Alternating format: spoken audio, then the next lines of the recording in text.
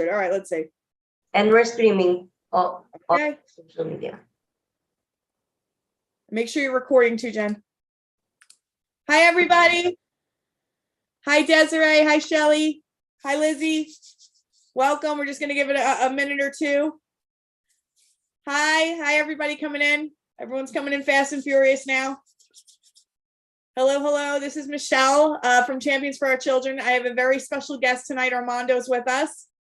I hope this time was good for everybody. Welcome. Okay, so we're just gonna hop right into it because I want us to really be able to coach you guys live today. I do this workshop once a year in November because it's Juliana's birthday month, and it's always just a reminder of how much we can celebrate for her because she's come so far and she's doing things I never thought was going to be possible when the diagnosis came. And I always say, in honor of her, wouldn't it be wonderful if I could share our story with you and answer any questions you have about what we did to help her go from, the diagnosis, nonverbal sign language to where she is today. This is her first year in a general education class. She was integrated up until 3rd grade. This is her first year in a general education class with very minimal special education support. And I'm going to talk about this a little bit tonight, but I have a very special guest tonight. He's actually been a part of our program. Gosh, I think it's got to be almost a year, Armando, or 6 months. Yeah, what is it? Yeah, just about. Yeah. We have a very special guest because he has a story to share as well. And he is one of our expert coaches in my group coaching program. And his name is Armando. So we're going to talk to him tonight. So we're just going to hop right into it and share. Everyone, just a little housekeeping stuff tonight. If you stay till the beginning of Q&A, you will all get a free gift. We're going to give you the recording, and I think I'm going to give you some of my guides. And then, but you have to stay till the start of Q&A to get access to the free gifts. So everyone who's here, as long as you stay till Q&A, you're going to get these free gifts that I'm going to put together. And if you stay till the end of Q&A, we are going to raffle off a private session with Armando. So you're going to understand why that's so valuable after you get to talk to him. But all right, I'm making him blush. If anyone has any questions while I'm going through the presentation, just put them in the Q&A or the chat. Me and Armando are going to take turns helping you. So let's get cracking. And let me share my screen. And we're so happy to have everybody. Hope everyone had a good Thanksgiving. Can you see my screen? Armando, can you see it? Okay, yeah, I can see it. All right, so I call this tonight Diagnosed to Chatty 10-year-old and 29-year-old. And you're going to understand that in a minute. So maybe some of the reasons that you're drawn to me, you're on my email list, or that the idea of listening to a story like this resonated to you. Maybe it's because you want to hear your child speak and say, "I love you, mommy," or "I love you, daddy." Or you may want to have your child master potty training and be, free of pull-ups forever. You might want to go to parties or family functions knowing your child will play with other children. You may want to feel confident you're doing everything you can to maximize the future for your child. You want to feel certain about what their future will look like. You want to feel at peace at night, knowing your child can take care of themselves when you're gone. You want to take care of your needs and others, knowing your child is making incredible progress. I usually go through slides talking about Juliana's story, but nothing really says it as beautiful as this video that I had made. And I have to update it because she was only eight in this, but I'm going to share this with you, and then we're going to talk to Armando.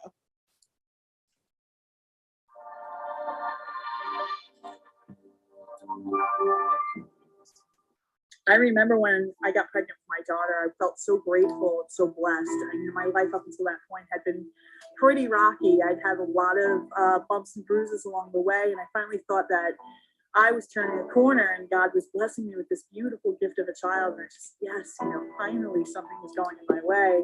And then when she was born, she was just absolutely perfect. I had all of these dreams and expectations for her. I thought of all the things that I thought she was going to do.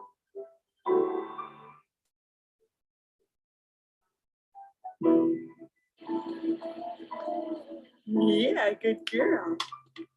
Right after her first birthday, I started to notice her behavior change. She went from, saying Matt.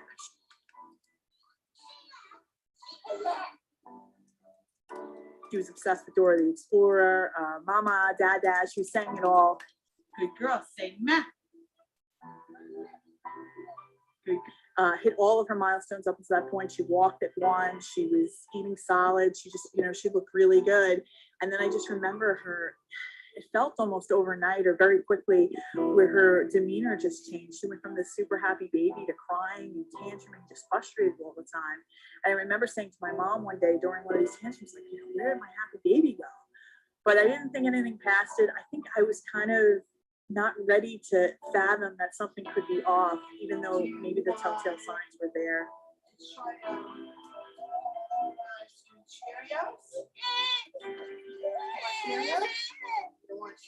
Okay.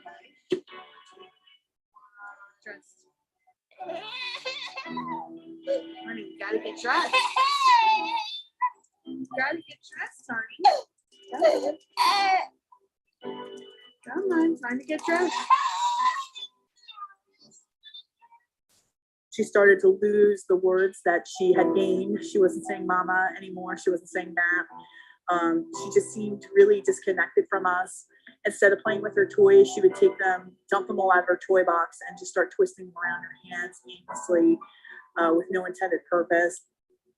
She was really kind of in denial about it. And then I remember one day we were in the middle of the store, and then all of a sudden out of nowhere, she just started screaming and yelling like somebody had slapped her. I don't even know what the problem was. And I was so mortified. I didn't even know what to do. I was so scared. I literally just left the half full cart in the store, picked her up, and just ran out of there. Never went to that store again. I just didn't even know what to think. And that was probably the first time it really kind of stung for me that maybe something is wrong.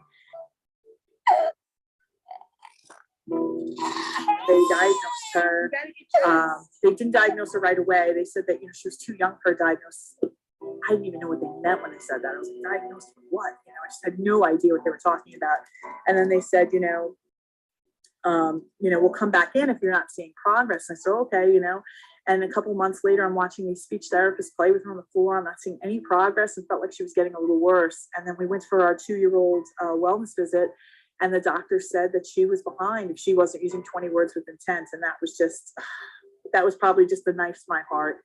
At that point, I really couldn't deny that something was up with her anymore. So then I called the county back in, and she was diagnosed on the spectrum. And I remember that day, and it was worst days of my life. It was my darkest hour. I could easily say that as a mother, as a woman, as just a human being, it was probably one of the hardest times I had ever gone through. And I remember just I went from being so happy with God, so thankful, to being so pissed at him for doing this to her and wrecking this beautiful gift he had given me. And for a while there, I struggled. I struggled to figure out what this meant, or what we were going to do, or how this was going to define her. All those dreams I had for her future were just completely shattered. And I had no idea what was going to happen next. And I went from just hopeful to just complete blank when I thought about the future. One night I was thinking, I'm going to die one day, and who's going to care for her like her mother? And something about that thought just snapped me out of my depression and my anger and my fear, and said, listen, we got to get to work here. I promised that when she was born, I was going to be the best mother I could be to her. And that promise hasn't changed. In fact, it should mean more now than ever, not less. She needs me now more than ever. And I didn't know at the time what we were capable of, or what having those changes, that mindset shift for me was going to do. But I wanted to know that at the end of every night, I could look myself in the mirror with confidence and say, did you do everything you could, Michelle, to give her the best possible life? And if the answer was yes, then that was a good day. And I wanted the answer to be yes, 100%.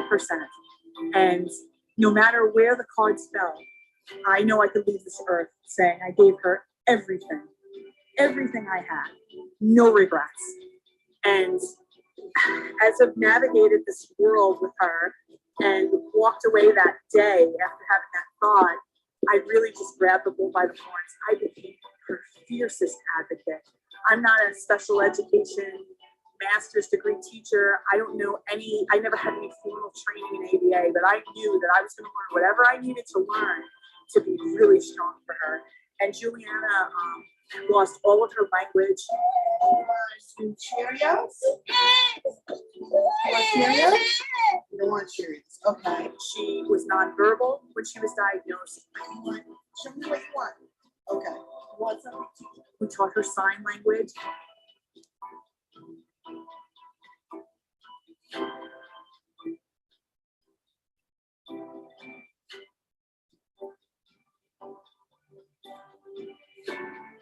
Show me. Juliana, show me. Good girl. Then she went from sign language to word approximations.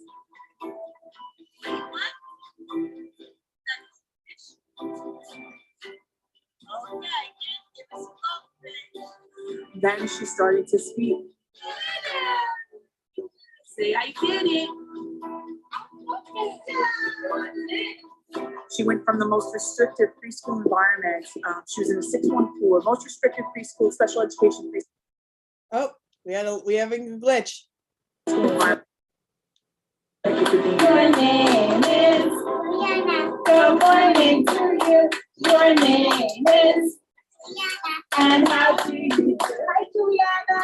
To now where she is almost 8 years old. She's in a second grade class in a gen ed school, integrated class with typical peers. She speaks beautifully now. What did you like about the troll experience? I like when they made me like coffee, and I like that they know like text paper. She has a personality. She has conversation skills. There's still things that we need to work on, but for the most part, her future went from black to now having possibilities. And none of that could have happened had I not kind of gotten out of my own way and really hit the ground running and started to take action for her.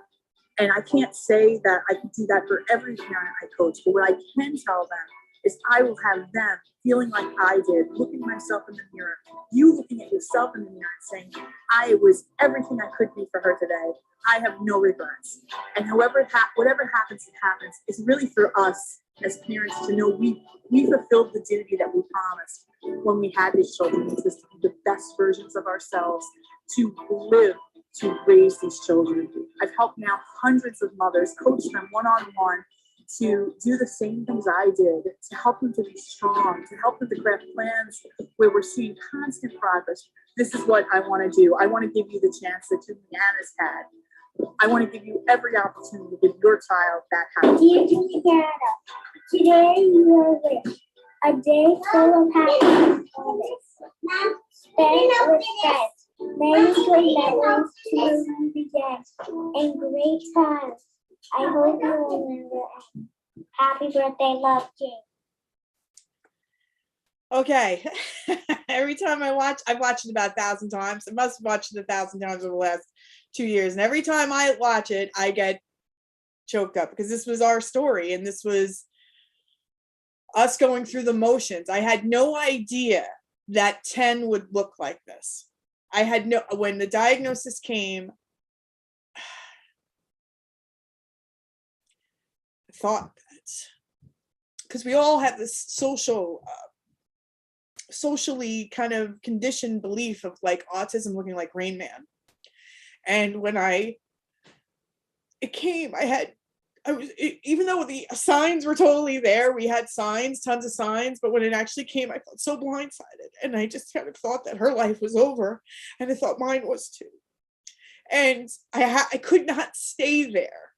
You know, there was a moment that I was there probably for a few months, really struggling with what's to become of us, you know, and I knew for the sake of her life, for the sake of me just being able to look myself in the mirror and say, you know, you promised you're going to be the best mother you could be to her. I didn't even know if I could get pregnant, you know, and I was so grateful for her. And, you know, that promise that I made to myself meant more now than ever. And I couldn't stay there. I couldn't stay in my shit about this. I had to figure out what to do and how to take her from this diagnosis, losing her language, teaching her communication through sign language to get her to start speaking again.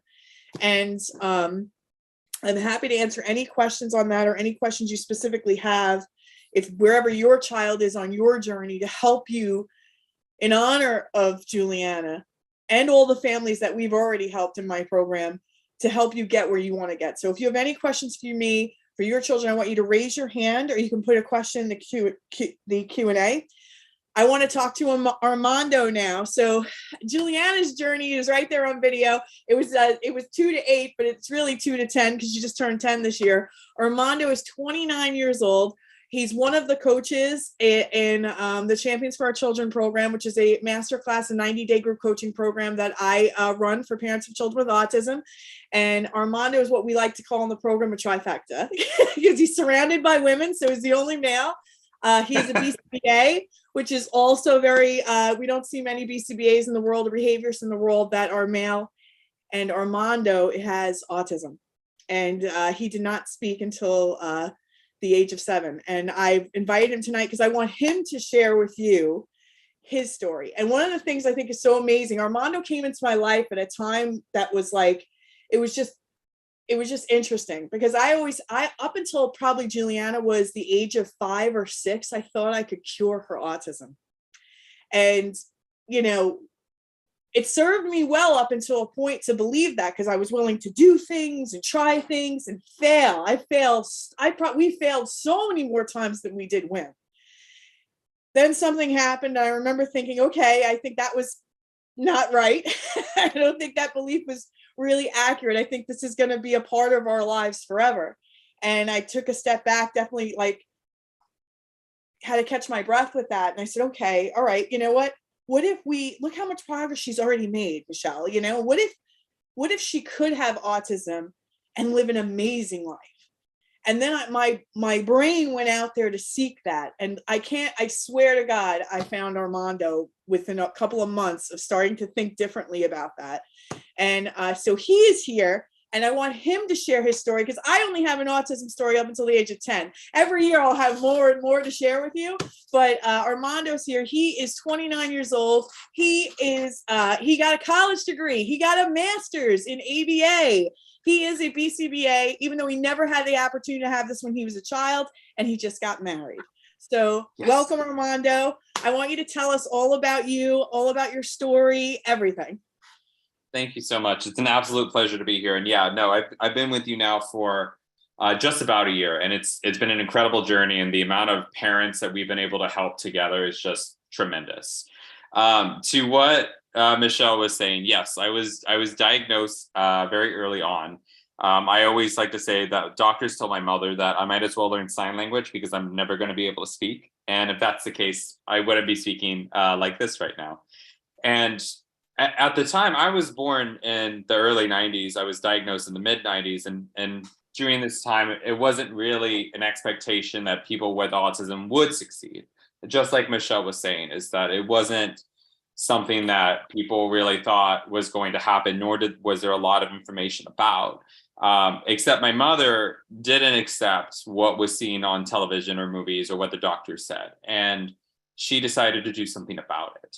And it was very difficult for us, because as Michelle said, I didn't have ABA growing up. It was harder to get in the 90s and early 2000s. And it was not something that was even affordable if you could get it. And we grew up with very little money, and it was not at all something that would be possible. But my mother saw that the public library was free, and found books about autism, read everything about autism that she possibly could, and started trying to do things from those books at home. And it was her, my sister, and my father at the time. And it was, if it wasn't for them, I wouldn't be here. And I stress that every time I get asked that, is that because of that support system, I was able to grow. And I started off in a life skills program, nonverbal still. I wasn't able to speak at first. And I was very far behind in typical prerequisite skills, learning how to imitate or speak or listen to different commands that were given, demands. And eventually I was able to test out, and I was able to catch up. And I went into a neurotypical classroom. I was with regular peers, and it's funny enough, I have 2 friends that I've known since 4th grade. From that time, I got into it at 4th grade, and one of them was able to be the officiant for my marriage that Michelle had brought up, which was fantastic to have her be a part of that. And as I grew up, I mean, again, this period was the 90s and early 2000s. I was very much, and I say this often, I was ashamed of my autism because it was about fitting in back then and being accepted as just another normal person. You didn't want to be different. And it's not like, you know, this day and age where, you know, diversity is very important and being different is very accepted. It wasn't like that back then. And it was hard. And so I didn't really speak about it. I knew that I had it, but I didn't really do much with it. And as I got older, there were significant differences in me than the people around me. My social skills are still very difficult now. It's, you know, I don't understand certain aspects or certain expectations, but I do my best. And as I've gotten older, it's been easier to understand. And it wasn't until I was in college that I finally accepted my diagnosis and wanted to do more with it and do good. And it was through my sister who was 11 years older. She became a special ed teacher for the sake of her own motivation because of me. And she recommended that I do the same and that maybe I could do something for these parents. And so I did. And while I was a special ed teacher, a lot of the times, as Michelle has put it in her own classes and through this accelerator program and her champions program, that some parents see autism as like a cancer, that it ends a person's life before it begins. And I got that a lot from the parents that I was serving, that they didn't see the growth that could be possible. And so I tried to show them my growth, or I tried to show them what I could potentially do with their kids. But I always thought there needed to be more that I could do. Looking back now, I really kick myself because of how I let some behaviors occur. And now I know, oh yeah, that kid did it for attention, but I didn't know it back then. And eventually, as I researched, I found ABI. And it was very familiar to me because it's all the interventions sounded a lot like the things my mother did for me when I was a child. And it was something that I wanted to be a part of. And it's, you know, I jokingly say that growing up, I like to think that I was perfect. I was the perfect kid. I'm sure my mother would disagree. And sure enough, she does. But with that, learning about these interventions and learning what I possibly could do for the kids I serve, I became a BCBA, and I took the BCBA exam. I got a master's in special education, and went the clinical route, which were for the more severe children that needed support. Still the same story though. These parents that didn't know the growth of their child could accomplish. So I took it one step further. And when I met Michelle, I had a podcast where I was interviewing individuals with autism from really at that point throughout the world. And just trying to get the message out there that people with autism, no matter where they're from, can be successful despite the diagnosis. And I just kept wanting, and I keep wanting to do more and more. And so I work with Michelle, and I work with parents from all over the world. I work with parents from different states. And I took it one step further. And now I joined forces with my sister, who again inspired me to even go this route and became a special ed teacher because of me. And we started our own business, and we provide in-home ABA therapy for the children in Texas, which is where I'm from. And I mean, together now we've been able to help out a couple of parents. This is really recent. We started this back in July, and being able to see the amount of growth that a child is able to have, as well as from the parent perspective as well, seeing kids that, you know, go from eating nothing but veggie chips to eating pizza and pancakes and cookies, and being able to go from nonverbal like Juliana was, and then having these kids begin speaking, and a mom saying, "All right, have a good day, sweetie," and the kid saying, "Okay, bye-bye, I love you." Like, that means the world to both the parents and me, to know that these kids will be okay. And what really gets me through is that, I mean, for a lot of maybe you guys or the people I've worked with, is that you have friends with other kids that are neurotypical, and you get to hear these friends say, "Oh, my child said I love you for the first time," or said a good night for the first time. But for a lot of parents with kids with autism, they don't get to hear that. And it's hard to accept. And it's why I do what I do, because I want to give these parents that ability to hear those words for the first time and know that they're going to keep coming.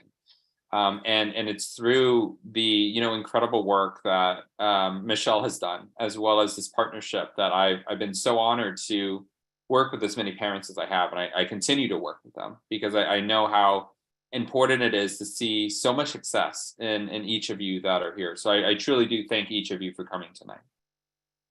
Awesome. All right. So I'm gonna have a couple of questions for you that I'm sure everyone's just in awe of you in the chat. They're like, this is so fun.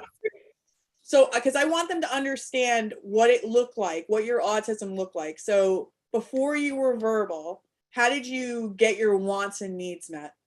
It was very similar to your video. I cried, and I except for me, I had frustration of not being able to speak, because all I could say were sounds. And so I remember, but like, I have bite marks from like biting my hand because I was so frustrated, or hitting myself with textbooks or books or things that are around me, because I was so frustrated and I couldn't speak. And because of the interventions that my mother was able to find, that changed. And now I was able to say some, from just sounds to the initial sounds of words, to then eventually words, and then eventually to the point. I mean, in addition to these interventions, I took speech therapy. It wasn't private. We couldn't afford that, but we had it in the public school. And that was helpful. But what I think really mattered a lot was being able to have my family like not accept what was very typical in the 90s and early 2000s, and say, no, that's not going to be his life. He's not going to be, stuck doing XYZ. He's going to be successful.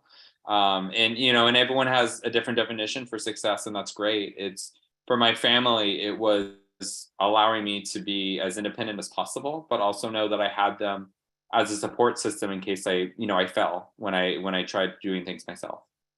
Got it. And at that time when you were pre-verbal, we're going to be very intentional about language in here. And especially because some of the things that Armando said, it resonates. His mom, it was not optional that he not be the best version of himself. And it wasn't optional in her mind to just accept what people were saying about her son. When we have thoughts like that as parents, it's going to drive action stronger than any other action that you could take in life. If you're believing that the diagnosis is a death sentence and you're trying to take action from that space, Armando's mom will lap you every day of the week, because that was never a thought that she was willing to accept. She may have had her moments. We've all had our moments. Listen, and I think it's important that he stressed this too. 9 times out of 10, if you have a child that is expressing expressing problem behaviors, and he was talking about self-harm because he was so frustrated, it is usually because they cannot communicate, and they're frustrated. They can't get their wants and needs met. So this is a prime example of this. He was non-verbal. He remembers being this way. So now I guess my question to you is hopefully asking questions that I think everyone would be curious to know.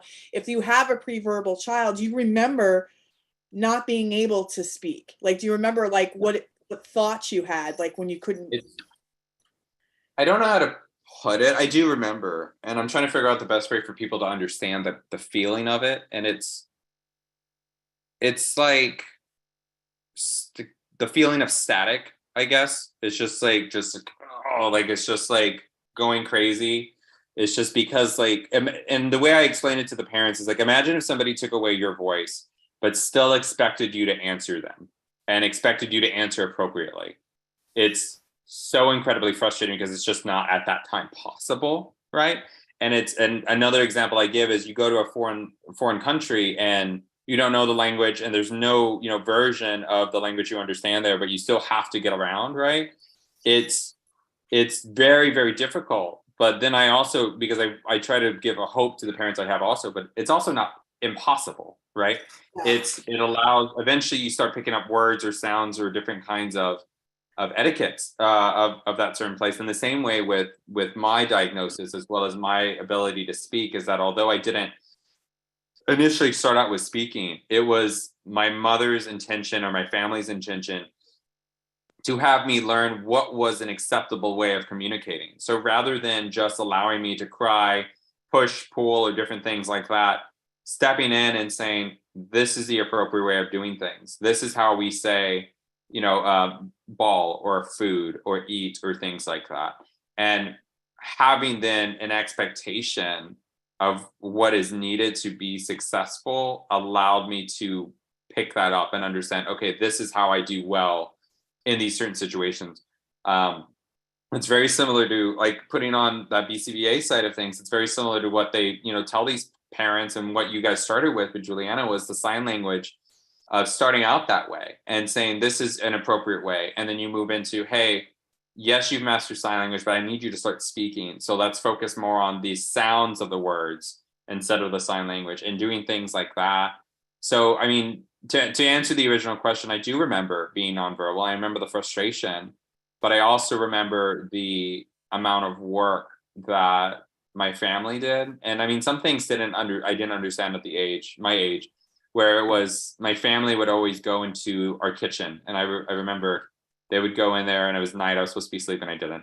And I would go in there and I'd see them, and then they'd say, you need to go to bed. And so when I got older, I was like, yeah, what was the deal with all that? Why were you guys always in the kitchen talking? And my sister was the one who told me, and she said, well, we were talking about you, and we were talking about how to help you and make you understand, what needed to be done.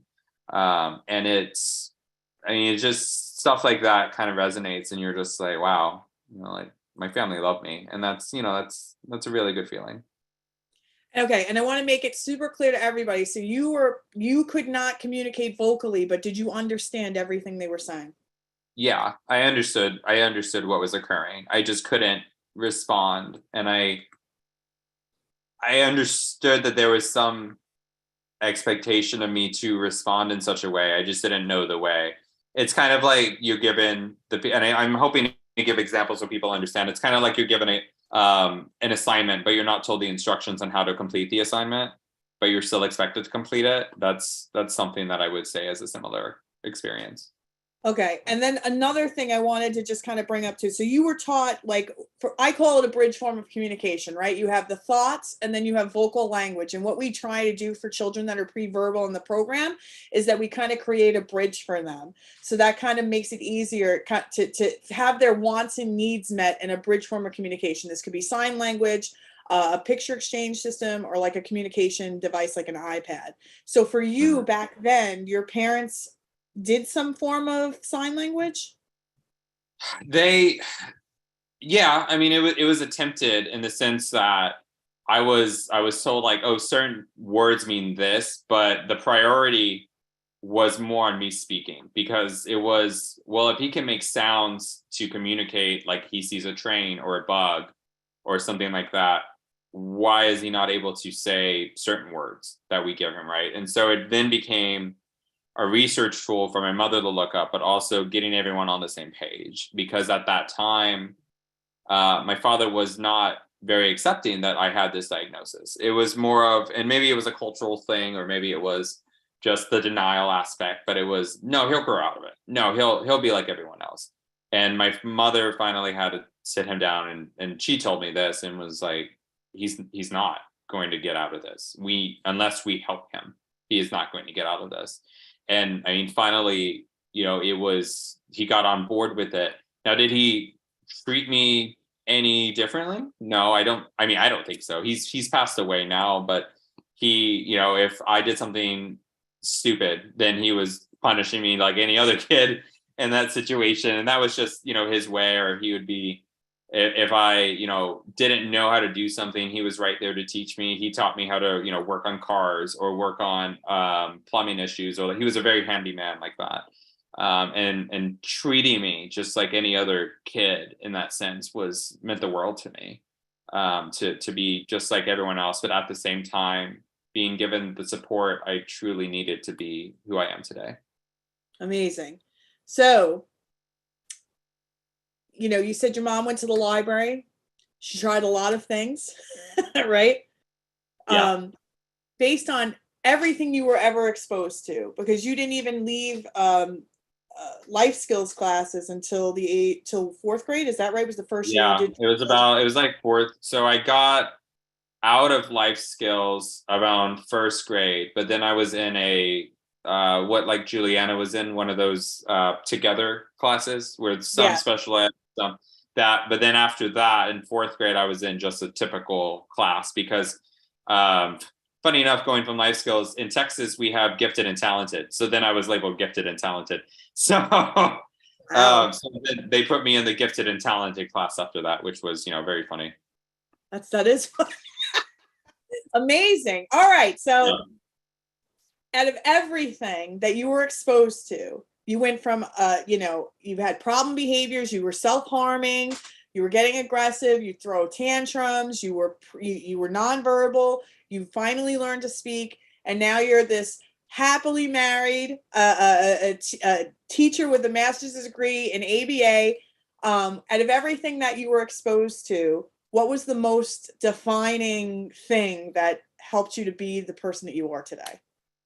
Oh, without question, my family. And I've said that several times tonight, is that if it wasn't for my mother not accepting the calling of the doctor, if it wasn't for my sister getting me, where I am right now, or my father treating me like a typical person, and now my wife accepting me for who I am and supporting me through every venture I'm a part of, I wouldn't be where I am today. Family, without a doubt, is the best possible resource and support system that I could ever ask for. That's amazing. So what about educator? I'm sorry? What about as educator in your As life? educator? Your parents, would you say that your parents, your sister, your wife, your family, could they even be a part of the education of helping you to get to where you were today? Oh, yes, absolutely. I'm sorry, I didn't understand the question. Yes. Yeah. They have taught me again and again, and I'm still doing, I'm still at rough at something, social skills wise, and I may say something that's, inappropriate in the moment, or just not a correct stance of how to say something certain, right? And my wife would be like, no, that's not the time, we're good. Or it's I spoke with my sister today, we're still very close. I mean, we're working together very closely. I talked to my mother right before this phone call, and I update them, I talk with them, and and am I a bit possibly direct sometimes, or a bit black and white? Yeah, absolutely. I mean, that's just me at this point, right? But it's understanding that if it was not for my family as I see them and as I have them, I wouldn't be talking with you. I wouldn't have had this year-long work partnership that we have right now. Amazing. And it's truly something I'm thankful for every day, and it's only encouraged further. And I for the parents that may be on here that I usually work with, right? I tell all of you guys at the end of my sessions, it's such an honor to work with you guys, because you have gone above and beyond. Even the parents that aren't a part of this and are thinking about it, please do, because I'd love to see you guys. But it is such an honor to work with you, because you guys have gone above and beyond what has been expected of you to try and help your son or daughter, because you're going to what are meetings possibly late at night for you. I don't know where you guys are, right? And that's such an incredible experience for me, and it's why I keep coming back over and over, because I want to just continue to help everyone as much as possible. Amazing. All right, so we have a couple of questions for you in here, and then I'm going to switch off, and then you're going to answer all the other questions. So one asks, do you drive? Yes. Maybe not as well, if you ask my wife, but I do drive, and I drive all over the place. It took me some time, admittedly, but I figured it out, and now I'm on the road. So what? Okay, so I figured you were driving, but anyway, but what age? Did you drive at 16? Now you got me curious. My own kid, did you drive? I'm going to make her drive. Lord. I drove at 21. Yeah, that's but some of them were not my fault. My mom took me to get my driver's license, and they said I didn't have insurance. And I was like, "It's not even my car." I was like, "Mom, where's our insurance?" And she's like, "Oh, it'll be back next week." And I'm like, "Mom." So yeah, it took a little bit longer, and I think part of it wasn't that it was a difficult aspect, right? But it was more like my parents had been with me my whole life. They didn't want to see me grow up, and that was just a little quirk of my family. So but Okay. they're good in the car. They may make sure their seatbelts on, but they'll get in the car. Okay, so when you were diagnosed, I don't believe, because I don't remember, they had moderate to severe when Juliana was diagnosed, and now they have the Yeah. level. Was your mom given Yeah. any indication of like? It was Like- at that time, it was severe, and then it went obviously less and less as I got older, and I mean, to a point, right? I want to make this clear too, because people that are here, you know, you see hopefully someone that is successful, right? But also, someone mentioned, I like the transparency. I like to be transparent. I still have some struggles, and I have struggles where I need to take, you know, a break from certain situations, some social situations, or I don't understand why certain things are the way they are. And I mean, I just remember I was overstimulated. I went to a trip with my wife and her sister and her boyfriend to Arkansas, and the place we were at was just too overstimulated for me. There was lights and people and crowds and all of these things, and I wasn't prepared because I didn't look up the place beforehand. And I stormed out of the area, and I just needed to breathe, and I needed to take a break because it was too much for me at that time. And I just needed, and I had a fidget. I usually fidget during these interviews, so you can't see it, but I usually do. and it helps me. It helps me cope in these things. Or if I go somewhere new, I don't go somewhere new without actively looking at the place first. So if my wife says, "Hey, let's go to this restaurant," I'm like, "Oh, great." And I go to the TikTok, or I go to a Google pictures, and I see things like that. And it's how I get through some things, right? I jokingly call it, and I got this from I forgot what it's called, but atypical, where it's like casing the joint. And parents love that because it lets the kids think like, oh, like it's funny for them, and it helps them understand, like, but it's an expectation of the kid to be like, I don't know where I'm going, but I would feel better if I saw pictures or I knew where things were. And it helps a lot of the kids, and it helps me certainly. So I hope that tip helps a lot of you guys as well. All right, amazing. All right, so I'm going to get back to my presentation. I only have like 10 more slides, guys, and then we're going to get right into Q&A. Thank you so much for sharing. You're going to go into the chat. We're going to answer everybody's questions in all caps, so that way you can tell when it's coming from me and Armando and when it's just other people chatting. Somebody had asked about Juliana, like how I help her make friends, and absolutely, in the beginning I helped her make friends. I probably still am involved with the friend making. And the way I do that is I attach to the moms. So basically, if she's invited, usually in the beginning, like in kindergarten or first grade, everyone invites everybody to the parties. And any social situation I can throw Juliana in, I do. She's in Girl Scouts. She's on a swim team. She did Sunday social. We've tried she's done sports intramurals, all kinds of stuff. And when I go to these things and I observe from a corner, and I look at the kids that I'm like, wow, she could really learn a lot from this person. Or like, oh, wow, this girl's really nice. I think that she'd be a nice energy match with my daughter, because Juliana's kind of a little on the shy side, a little more reserved. So what I end up doing is I kind of seek out the mom, and I start making relationships with these parents. And that's kind of how I facilitated. I have a complete open door policy for play dates at my house. I had it this way during COVID too. We've got COVID twice. I'm sure it's because of that. Because in my mind, the loss of social skills that all children experienced was too much for me to like allow to happen for her. Even though every child, I believe, even neurotypical children, experience some social skills regression during COVID. I didn't want her to go further back. So you could ask my husband, this place is it's like a train station. There's kids coming in, kids coming out. I'm always encouraging to host play dates at my house. And I acknowledge it's never going to look like a museum, and that's fine.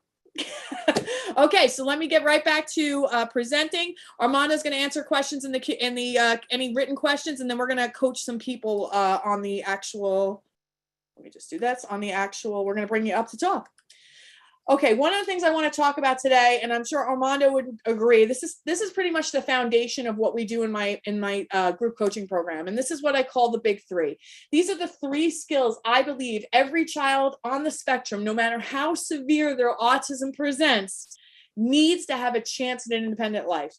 Juliana was diagnosed moderate to severe. Armando was diagnosed to severe. We started with these foundational skills. It's almost like the foundation of building a house. If you don't have these, the rest of the house falls apart. So the 3 skills you need to make sure that you're focused on and getting it to your child is, the first one is communication. And I'm not necessarily just talking about verbal language. I'm talking about communication skills, which we'll talk about in a second. The second is problem behavior at 0 or close to 0. And usually that kind of goes hand in hand with lack of being able to communicate wants and needs. And the third is potty training. It's the number one thing that everybody comes to our program for. And we have a 100% success rate. Nobody's left the master class without a potty trained child. It's just hysterical, but that's what we do. So the one thing I wanted to talk about today is what differentiates Armando's mom and me to other parents out there. What got Armando where he is today? He just shared with you, out of everything, his mom tried lots of stuff. Out of everything that he had been exposed to, the number one catalyst, the thing he felt is the most impactful to making him the man he is today, was the involvement of his family. And I posed that question about, would you consider them the educator too? Because I have a lot of people in here that have mentioned in the chat, well, school's not doing this for me, and there's a wait list for that. And I get it. And unfortunately, these problems are only going to get worse, because until we actually take seriously the pandemic of why more children are being diagnosed on the spectrum than ever before, or why children are being born the sickest they've ever been, these numbers are going to get worse. And that means that you're going to be fighting even more for those resources as more children come into the club. So what I'd love to really present here is that, what if you are the primary educator for your child? You're already showing up as a parent. What I want you to do is when you show up now, not be overtaxed, but be doing everything effectively, really learning the language of your child, which is behavior, especially if they're pre-verbal. How do we do this, right? If we socially believe that autism is Rain Man, we've got to start there. Because I'll tell you, you may come tonight and you want to hear all the, Armando pulls back the curtain, Michelle pulls back the curtain. We're going to tell you all the tips and tricks of how we got our, how he got to where he is today and how I'm getting Juliana where she is. But it's 95% of the game is what the parents believe here. So when Juliana was born, I remember holding her in the hospital with high expectations of what her future would be like, expectations of what I was going to be as a parent for her. When she was diagnosed with autism at 25 months, all those dreams went black. My darkest hour as a parent. And I thought her life was over, and I thought mine was too. I was mentally and emotionally in the worst space of my life. I was completely checked out. I said, we're finished. This is it. I don't even know what to do with this. I spent the next few months in total grief. And I believe every parent who was presented with a diagnosis of autism, most, if not all, go through this. And I call it it's not like a grief of a death, but it's the death of the neurotypical childhood that we thought we were going to experience with our kids. And basically, while I was going through the motions of just feeling these sad and angry and pissed off at God, he wrecked my beautiful baby. I remember one night after putting her and her brother to bed that I was going to die one day, and who was going to care for her when I was gone, and who's going to love her like her mother. And there was something about that thought that really just snapped me out of my bullshit. I was really just reeling. I was just crying every day, head in the sand. I just didn't know what to do. I wasn't present with her. She's stimming, she's drooling, she's tantruming. Nothing's changing. If anything, it's getting worse. And it was just something about this thought, which wasn't really a sexy thought. I would say it's almost a little scary, but it was enough to say, hey, you got to snap out of this. She needs you. Nobody's going to show like you are for her. She's your cub. And I still had no clue what was going to happen, but I knew if I had white flagged it, if I gave up on myself, gave up on her, and I stayed in the grief, if I continued on this path and completely checked out, my daughter's life would be finished. What I didn't realize at the time, and I kind of thought that every family went through this motion. I thought everyone kind of took the blow, they went through the grief, and then they snapped out of it and got to action. When I left early intervention, when we first went to the special education, we entered the special education world, I found out that is not the case, that most families do not leave grief. And if you don't leave grief, there's no future for your child. And you enter what we call an expectation gap. It's what we expected when they were born. The diagnosis that separates us from that, the diagnosis separates us from that expectation. The grasping of that dream we once had is actually pulling us further away from seeing the possibilities of where you and your child could go, and keeps us blocked from the identity we promised we'd have when we decided to become parents. And have you ever had these thoughts? I know the ones I'm listening at, I had them too. I've tried everything and nothing works. There's nothing that motivates my child. I've heard this several times. I don't know how to help my child when they don't understand. My child has a dual diagnosis. They're not like other children. We have unicorn. My child is older and I've been around the block and back. My husband or partner thinks they'll grow out of it. You heard Armando say that about his father. We're not on the same page. What's going to happen to my child when I die? Am I going to have to deal with this forever? Is autism a death sentence? The expectation gap is where you can be debilitated by the diagnosis and focus on the loss of the expectation. Instead of being in the now and focusing on what is in your control, all you keep thinking about is what you lost and how you got robbed and how this isn't fair and this isn't right. When you stay here, your child is waiting for somebody to show up as their parent to help them get to the next stage. So if we get stuck within the loss of the expectation of life that you wanted for your child, rather than the possibility from where you are now, and you own your power and role in creating the expectation you had for your baby to begin with. So this is how our brains work. And we do a lot of mindset work in the program. We talk about tactile too. I got golden tips for potty training. I got golden tips to get kids communicating. I had a mom come on my group coaching call last night. I feel like a queen. And she said to me, my girl said for the first time, milk, please. And that's all. And she was, I feel great. That's the kind of momentum you want as a parent. She's walking around ecstatic. A week ago, she joined the program. Her daughter would repeat things she heard on TV, repeat things that she'd heard on at school, but would never use her voice to request things. Her mother finally put the skills that we taught her in place. And in 1 week, she goes, I feel great. She said, milk, please. And she's doing amazing. Now she's asking for all of her foods in 1 week. And it's all because mom's starting to believe something different about her daughter and believe in herself that she's capable of doing this with her.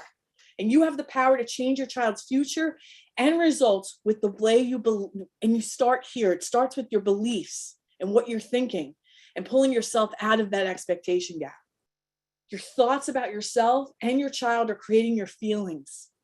Your feelings drive what action you take or you don't take for your child. You have the power to change your results for your baby one thought at a time. I didn't come out of the gate like, all right, great, let's go. We're going to potty train. She's going to talk. I was just like, you know what? We're here today, right? I want to get to here. What's one step I could take today that's going to bring me closer to what I want, whether it be potty training or some form of communication? By thinking intentionally and deliberately with different thoughts that leave you feeling empowered, motivated, and willing to believe an alternate outcome is possible for your baby, your reality will change because you show up differently for your child than you are right now. A week ago, she started the program. She didn't know what to do. Gave her just a couple little tips. I feel like a queen. That's what she said. And this is just the beginning. That baby will be full on talking before she leaves my program. So how do we go from the expectation gap to the champion mindset, right? Because my program is called Champions for Our Children. The first part is we have to get to acceptance. If you look at the actual stages of grief, there is denial, anger, and I have it on my wall, so I'm looking, bargaining, depression, and the fifth one is acceptance. Most parents don't get here. Gap thinking keeps you in the it's not rights and the it's not fairs and I can't do this and this is too hard. True acceptance is acknowledging this isn't what I thought it was going to be, but it is what it is, and I have to work with what I have. I got to try and create from what is and stop thinking about what I think I lost. Creation. That's when that happens. When you can get into full acceptance, go through the full cycle of grief and just get to the part, this isn't right, this isn't fair, this is what is, then that's when we fully enter acceptance, then we can get to work with what's in our control to change the trajectory of the present and the future for ourselves and our children. And the champion process that we embody with all of our families is it's measurement that comes from where we've been, not where her cousin's been, or where the neighbor's daughter is down the street that's the same age, or the kid, or my niece who's 2 years younger and she talks a lot better than my child. I don't go there. That puts me back into shit thinking and expectation gap. I want to think about, I want to be living in the now and the present of what my baby did. How is my baby different from 1 week ago? Not asking for her milk or her cookie or her juice or her sandwich to where she's saying one word, milk, please. That's living in a champion mindset. We don't compare with the external, we compare with ourselves. We can compare from where we were a week ago. Measurement comes from where we've been, not where others are, or what milestone charts say, or what the Google search says, or what the doctor or therapist says it should be. Where was the child a month ago and where are they today? We move from focusing on the problems, what we don't have, what skills they don't have, to focusing on the progress. Every night I would say, Michelle, did we move just a little bit further today? A little bit further forward, especially in the beginning, because I was so fucked up mentally. I was like, all I need to do is just did I put 1 foot forward today? Whatever that was. I bought the PAX board. I laminated the pictures. You know what I mean? Every day was one step closer to doing something different. And that really got me going. And that's when things really started to move.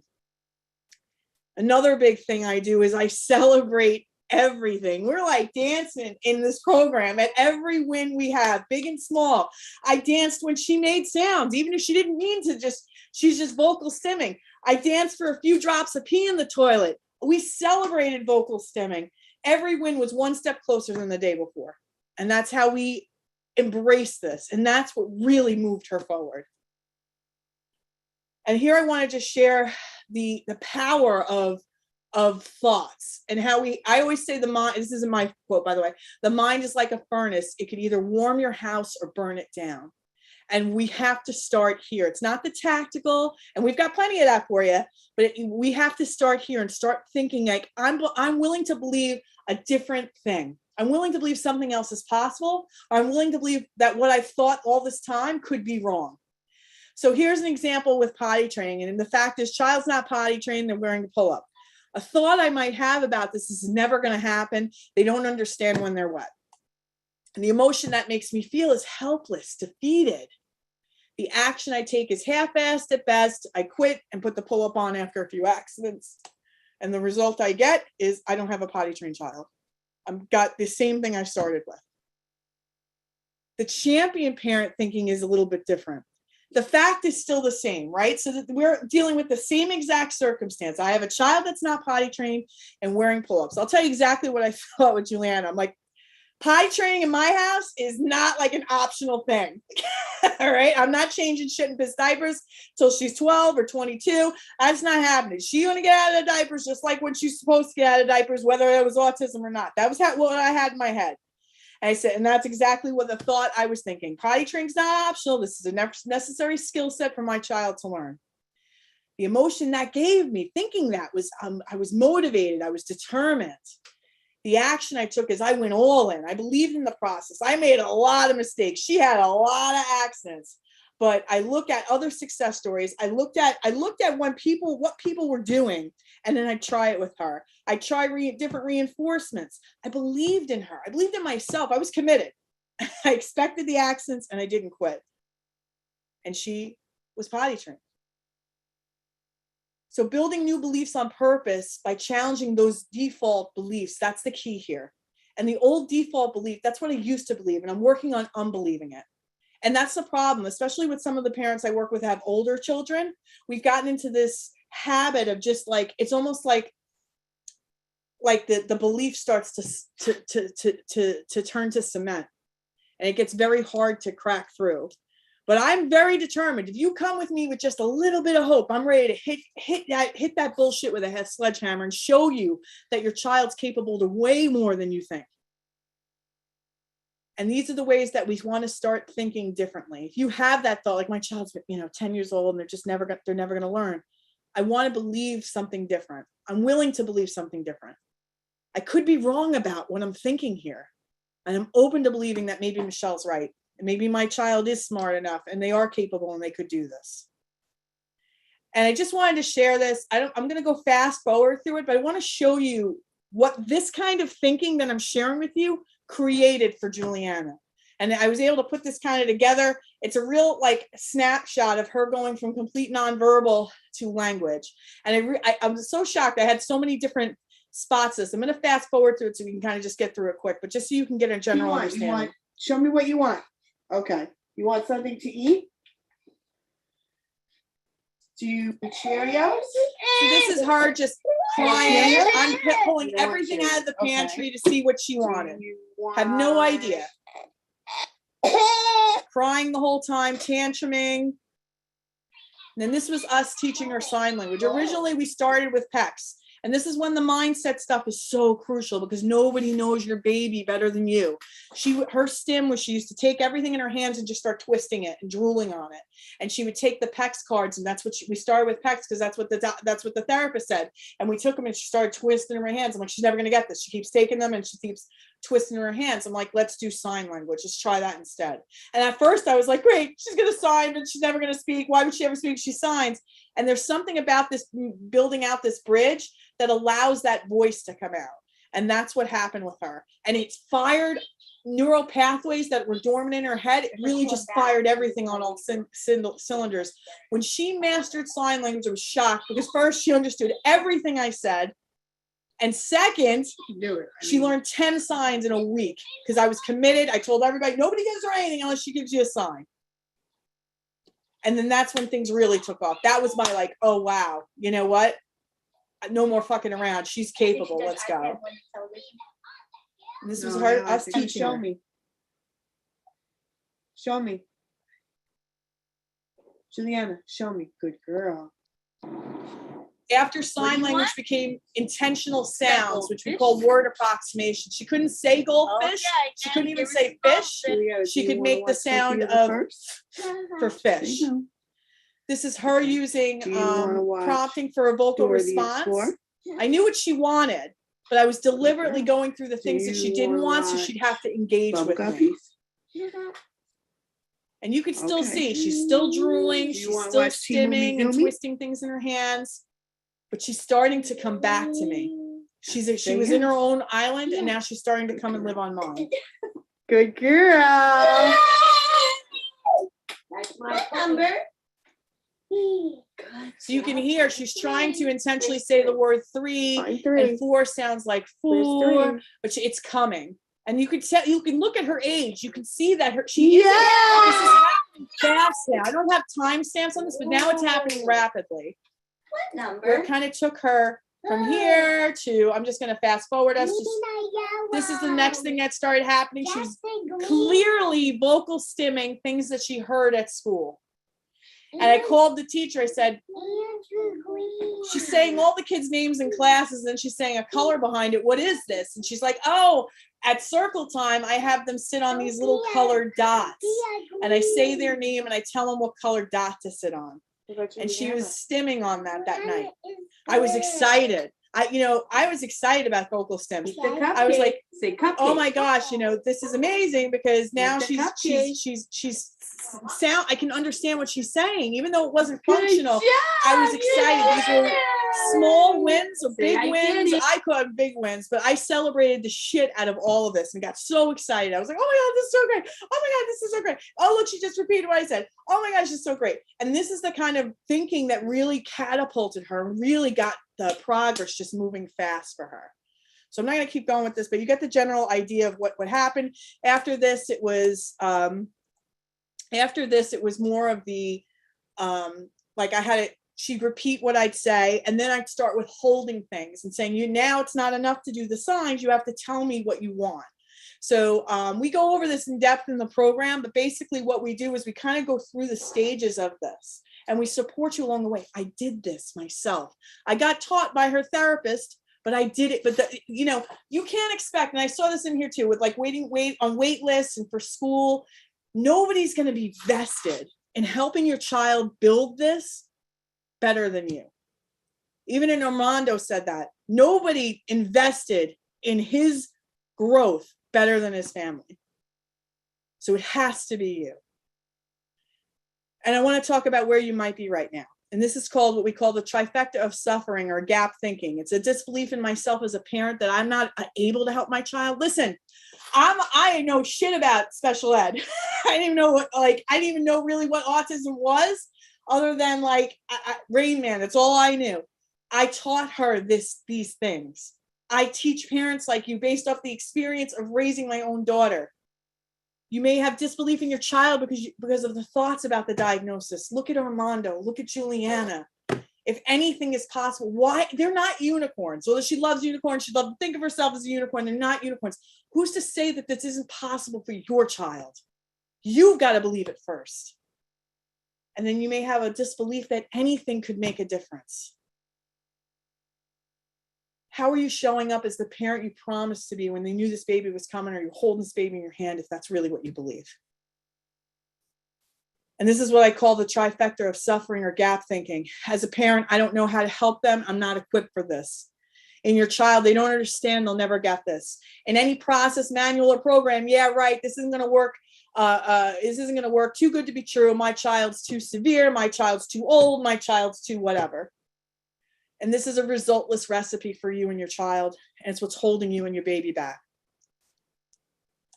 And again, I'm coming back to the big three. And this is the things that are important. These are the foundational skills that every child needs to have have a chance at a life of independence.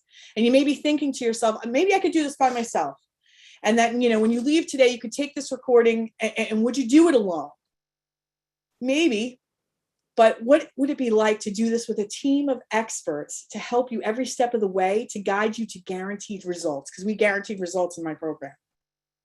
A study was done that autism parents experience trauma similar to that of combat soldiers. Asking for help isn't a weakness, it's a gift to give yourself. You can decide to go it alone, but ask yourself, when life is hard and throwing us curveballs and things don't go as planned with potty training or teaching communication, or I have family issues, I have to change jobs, a new baby, move, am I strong enough to do this and get myself motivated to get back on track? Or am I going to half-ass this process, talk like an asshole to myself about how I should be doing this better or differently for my kid, which results in little to no progress, and I end up quitting? And that's what I do. That's why Armando's a part of our team. And this is what I want to introduce to you guys tonight. It's my Champions for Our Children Masterclass. It's a 3-month group coaching program that I run that has guaranteed results. What you get when you join is self-study courses. I've got the Champions Masterclass. I've got courses on teaching communication skills, like you just saw, really in-depth. Courses on teaching potty training. Course to reduce aggressive or problem behavior. We cover everything autism.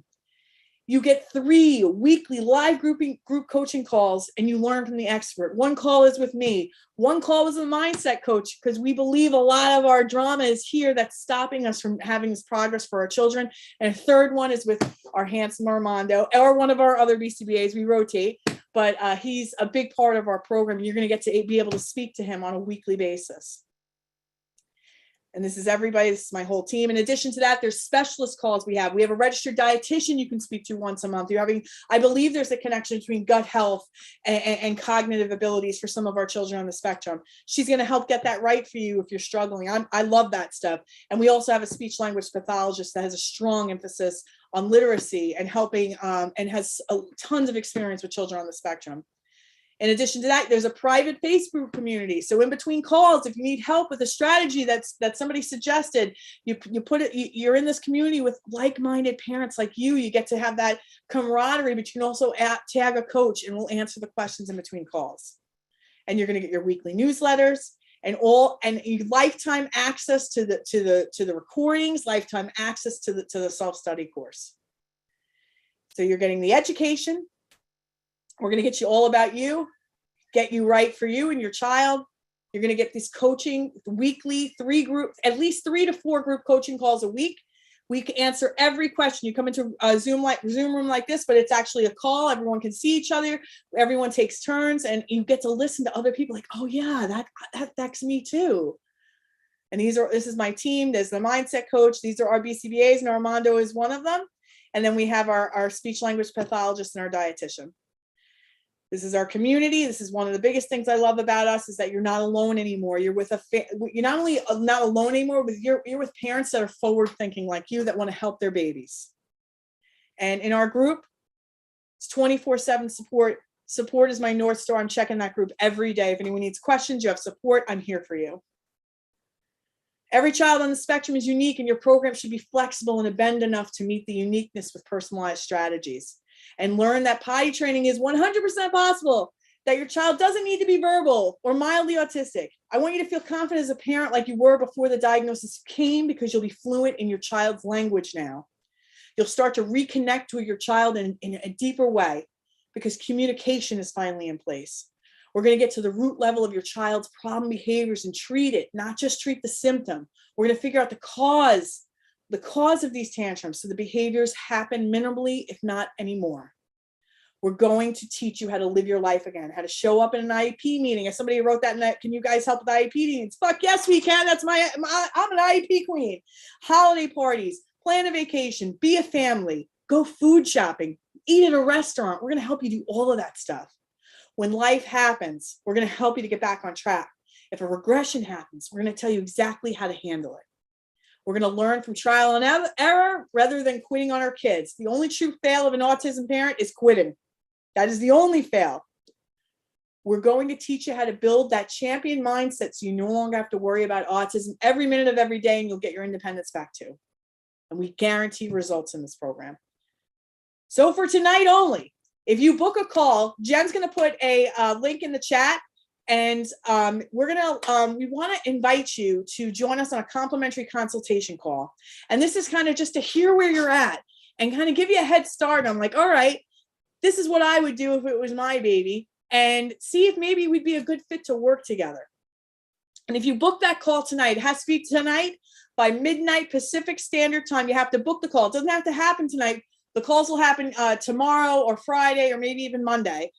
You book that call. It's free. You get to we want to hear about you, hear about your baby. We have a lot of hands raised tonight. If I don't get to you, I've been able to talk to you on that phone call, or Stella's going to be able to want to speak to you. It's our mindset coach on the team. We're going to figure out where you're at. And if you do that and you join our program, we're going to give you a bonus. And the bonus is a private session with myself and 2 private sessions with Armando.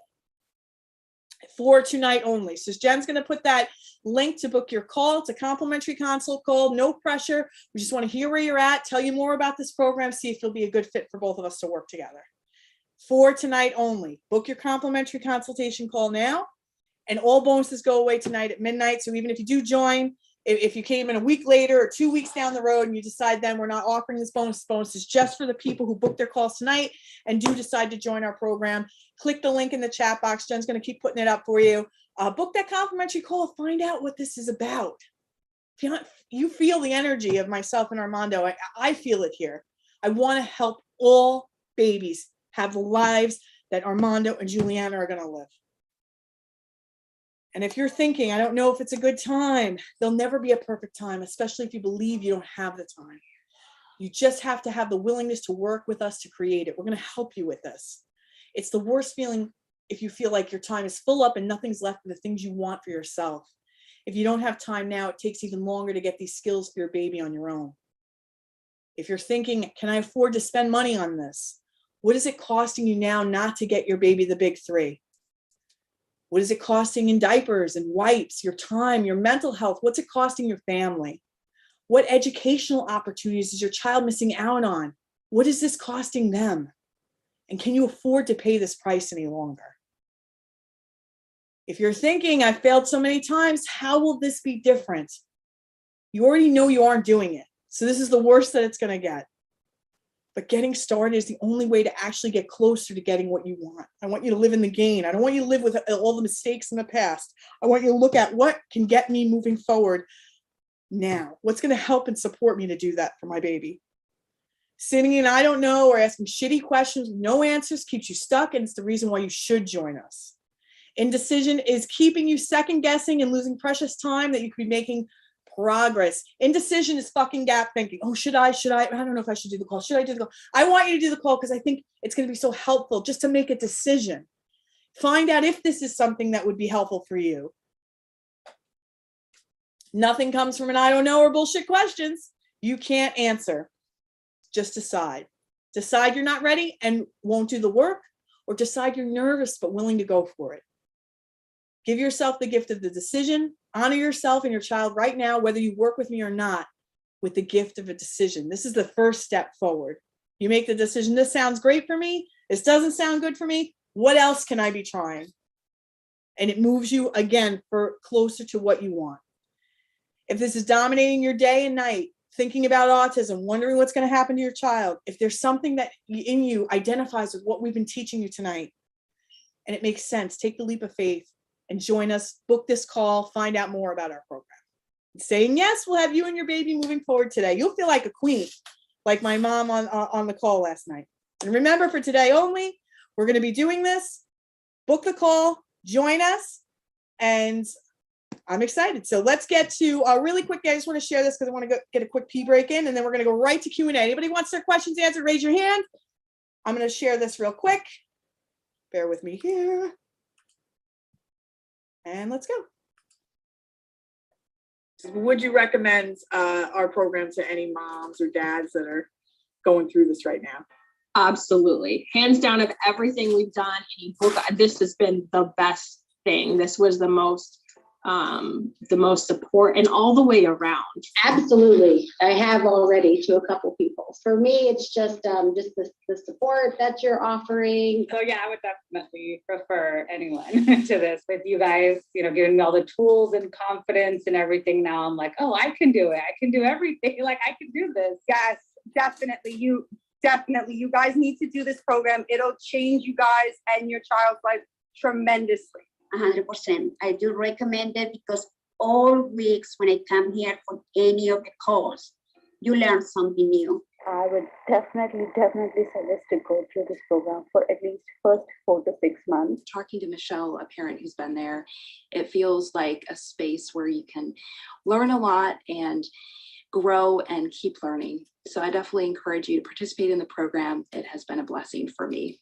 Take this course, do the one-on-ones, listen and absorb everything that this team has to offer, because it has been absolutely life-changing for me. You guys have a gift and you're sharing it, and that's amazing. So I will recommend you to but whoever is out there that's confused, thinking there's no help and they are all by themselves. No, you're not all by yourself. With you guys on board, and the encouragement, pushing me to just go for it, just keep going. It's been really great. This is going to help you. You can learn through other parents' experiences. You can, have some camaraderie with people that are going through the same thing as you are. Just do it. Don't hold back. Just go all in with your daughter or your son. And I promise you will definitely see results. All righty. And now we're going to have everyone who stayed till Q&A. You guys are going to get a free gift. Jen's got all of your names, so we're going to send you that free gift once we get the call replayed out. And AQ wrote, AQ is a part of our program. Experts and level of expertise on this team is mind-blowing. Michelle, thank you for your team. You're incredible. Some of my moms are here to vouch for how fabulous our program is. So without further ado, Armando, do you see questions in the Q&A? Like there's a Q&A and a chat. Do you see the Q&A part? You gotta unmute, honey.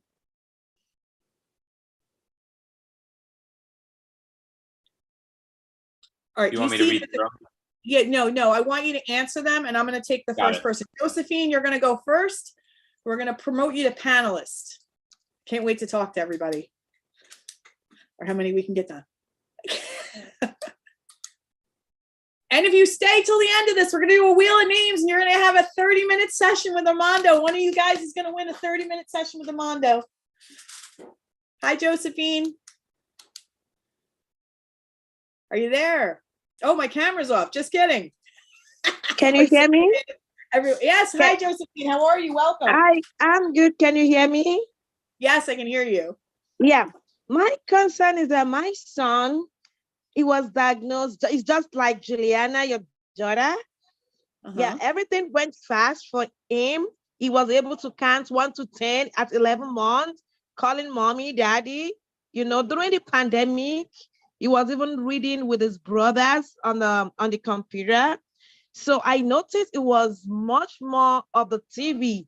He started talking like the TV, making TV sounds. So I had to take the TV away completely, the iPad away completely. So then from them, I changed his diet. Then he started communicating a little bit with us, more eye contact, calling mommy, daddy, calling his siblings' name. That he never had early intervention. He was a homeboy. So we got the diagnosis at 4-year-old. Now he's 5, but he's talking now. But most of it, he repeats. Whatever people say, yeah, but he's talking. Now, if I say good morning, he's going to tell me good morning. If I said, how are you? He's going to tell me I'm fine. Because I took away the TV, the tablet, everything. I started communicating. Most of it I write in a paper, I place on the wall. Like when I taught him his name, just 2 days, he was able to respond to his name. Like, what is your name? He's going to tell me, Toby is my name. Because I write in a paper and he can read. He's 5-year-old, he's in K1. He can read a 3rd grade book. Amazing. So you're doing a really good job. This is, by the way, this is how you teach communication. It's drilling. So once you get a child that gets to the repeater phase where they're just repeating everything they hear, I always start with wants and needs. So if a child's like can repeat anything they hear, it's like, great. Now language is going to be required to get wants and needs met. So for like his food and like going outside or asking for things, does he request like verbally from you now? Yes. He would tell me, you want little bite? I'm going to say, can I have little bite, please? Then he's going to tell me, can I have little bite, please? You see? He used to tell me like the way I used to ask him before, do you want waffle? So he would ask me, you want waffle? I would say, no. Tell me, can I? I would just tell him, can I? Then he would tell me, can I have waffle, please? Because I write it in a paper and I place it everywhere around the house. Amazing. So I always take, because he can read and he reads, he understands when he reads. So I take. You're doing great. So what's your question, Josephine? I don't even know if you need my us. question now is, this is just the behavior now. With me is good. He doesn't have no behavior with me because I am strict with it. You know, this autistic kids at times, they want to take advantage of you. Yes. Not just autistic children, all children. They look for the weak spots in the caregivers, right? Yeah, so I'm telling you. Yes, I'm the hard ash. You're the hard ash. Somebody else in the house who's getting the behaviors is the weak spot. Yeah. So I am so strict. So with me, it's fine. With his siblings, it's fine. With his dad, it's fine. But when he goes to school, oh my God, he's everywhere. So what are they reporting? Okay, they're reporting like he plays with water, he flooded the bathroom, like he tried to bolt out of the class. You see? Yep. Like Okay, so this is interesting. So tell me about what the placement is. What kind of classroom is this? Yeah, because we couldn't get the diagnosis on time because the doctors were confused. Like they don't really know they don't want to misdiagnose him. So they don't really know what is going on because he has never been to school in his entire life. Does he not have an autism diagnosis? They're not really sure because he has not gotten an evaluation. Okay. So now. So here's the thing, right? Here's the thing. I don't know what kind of placement he's in, but without a diagnosis, it may not be the proper placement. Mm-hmm. We need like a place that would have people trained like Armando to help with behaviors that he's expressing there. What kind of, is this even a special education classroom? What kind of classroom is this? No, it's in an inclusion classroom, but now they had the evaluation. So they said he had a lot of potentials. He's very smart at, they said he can read. In fact, the psychiatrist said this boy does not have learning disability. He will tell you, Toby will say, Mommy, I am a smart kid. I'm like, How do you know you're a smart kid at your age? But right, Josephine, there's something that drew you to come here tonight. So yeah. And you said there's a lot about Juliana's story that's very similar to Toby's, right? Yeah. So this is the thing I'm going to tell all parents. And he's got a lot of educational ability. Look at what happened with Armando. He went from life skills to gifted and talented, right? This isn't about, it's funny, it's never necessarily about like their ability to absorb information and memorize and do all that. In fact, I almost find it's heightened in a lot of children on the spectrum. But the problem we have here for him is that we've thrown him in integrated because of his academic abilities, but we haven't really found a root cause for what's going on with him, which sounds like it could be autism.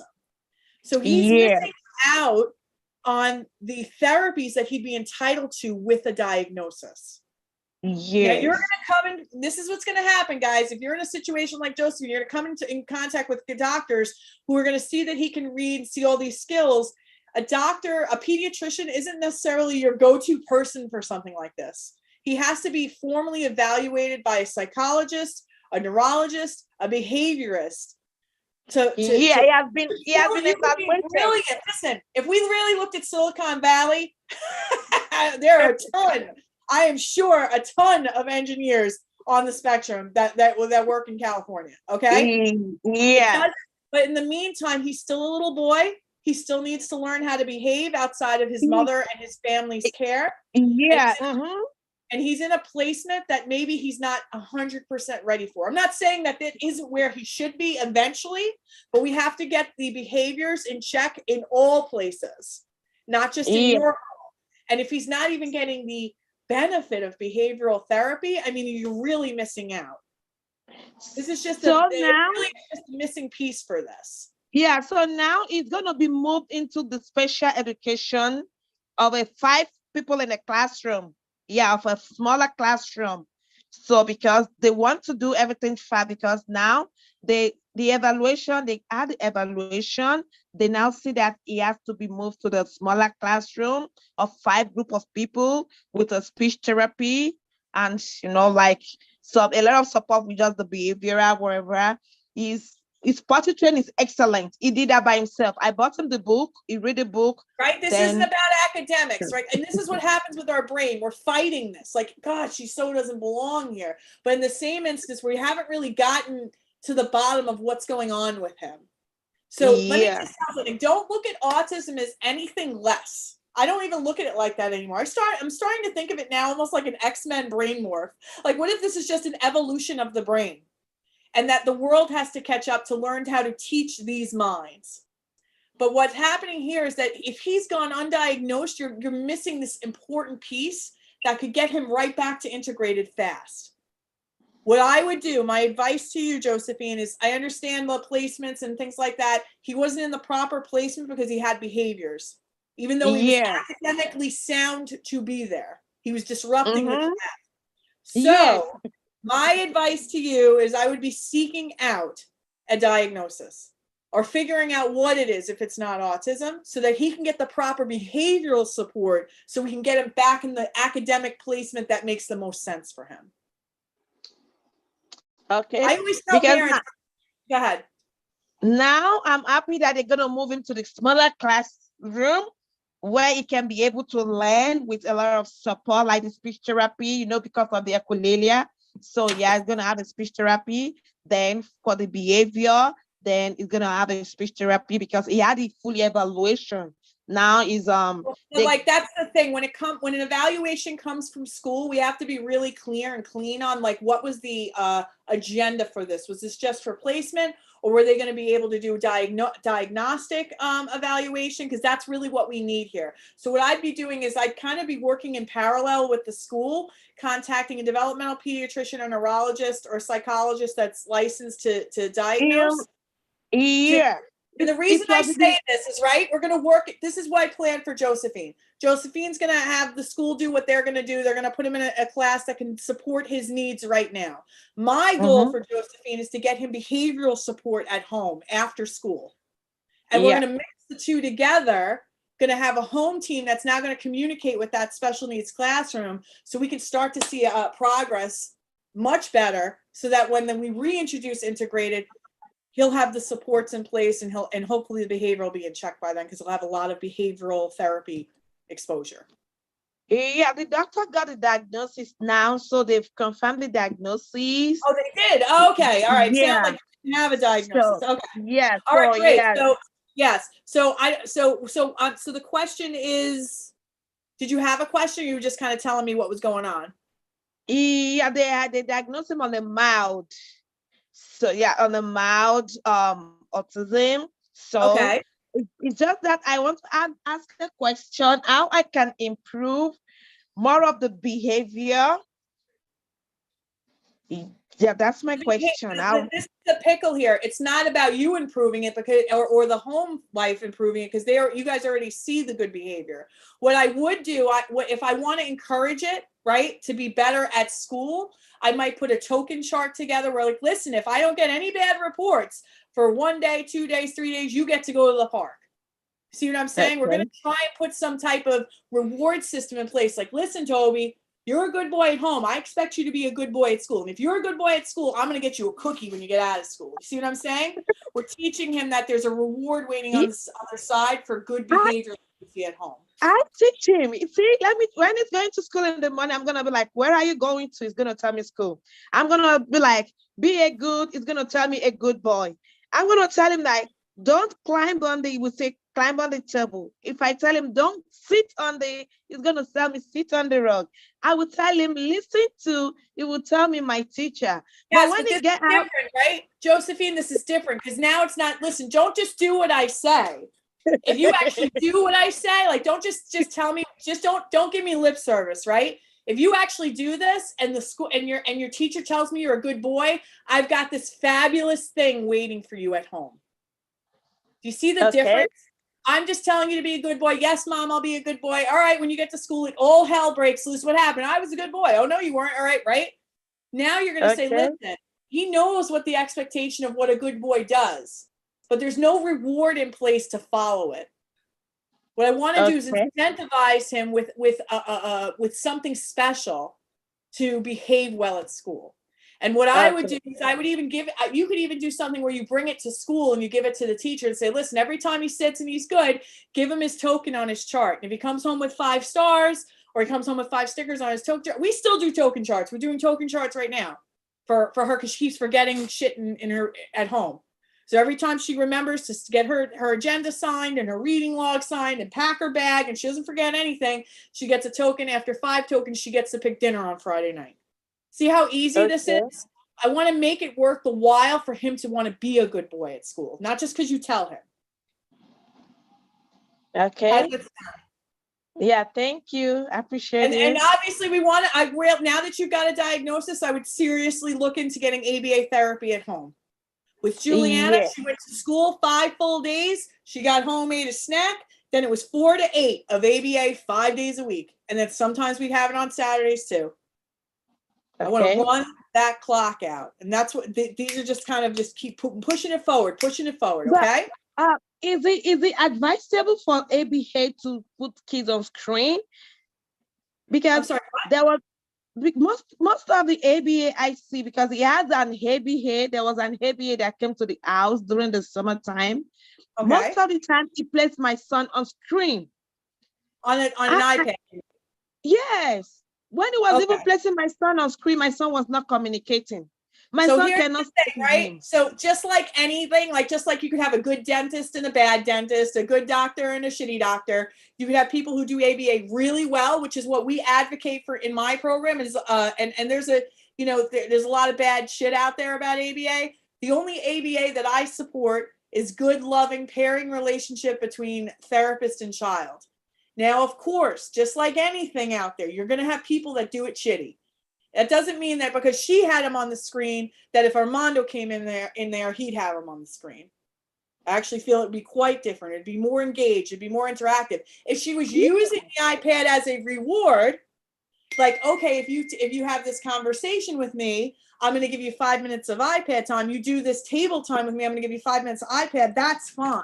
But if you felt like all she was doing was just sitting in front of an iPad, then that's a practitioner I just don't like, and I just won't. You see, I told her I don't like it. He's telling me he wants the boy to learn. I said, when you're talking about the educational aspect, it's fine. We just want the communication. Yes. So just like anything else, Josephine, like, and this is why it's so important that parents advocate. If you don't like a therapist that comes in your house, then don't have them back.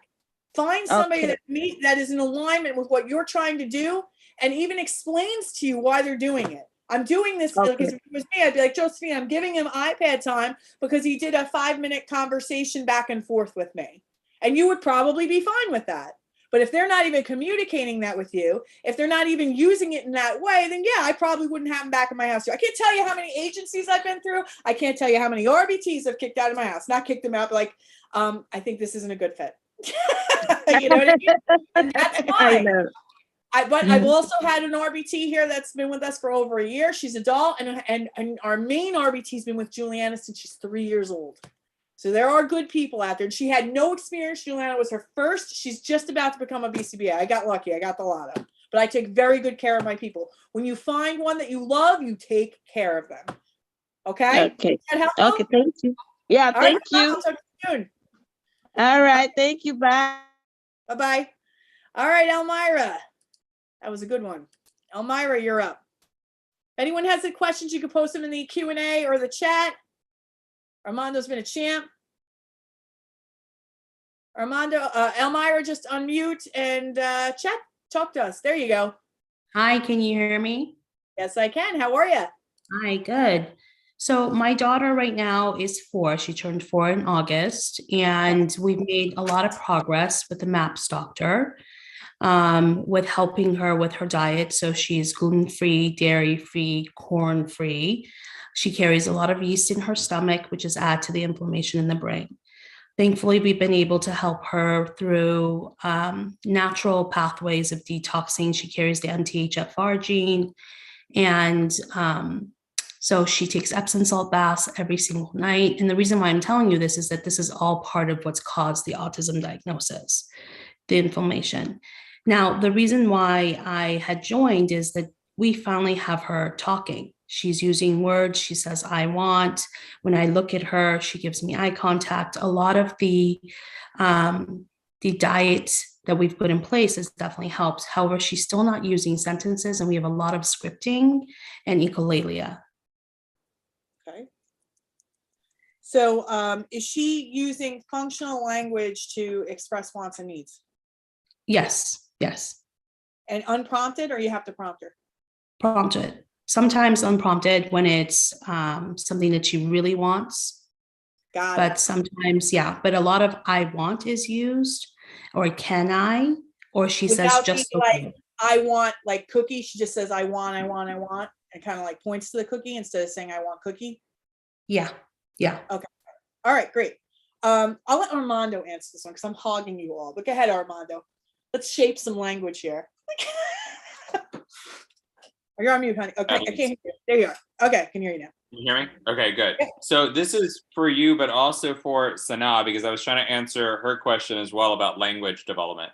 So it's going to be about finding out what kind of initial sounds your child is able to make, and then move forward from that point on, right? So if they're saying for Sana and for you as well, if they're saying like oohs and ahs and stuff like that, right? Seeing if you can motivate them through either gaining an iPad from that and doing other things as well. So if you're saying like, hey, here's, a piece of food like pizza or something, right? Seeing if they can say the pa sound for that, or if they can say the ah sound, having that be apple or ah, or things that are related to that.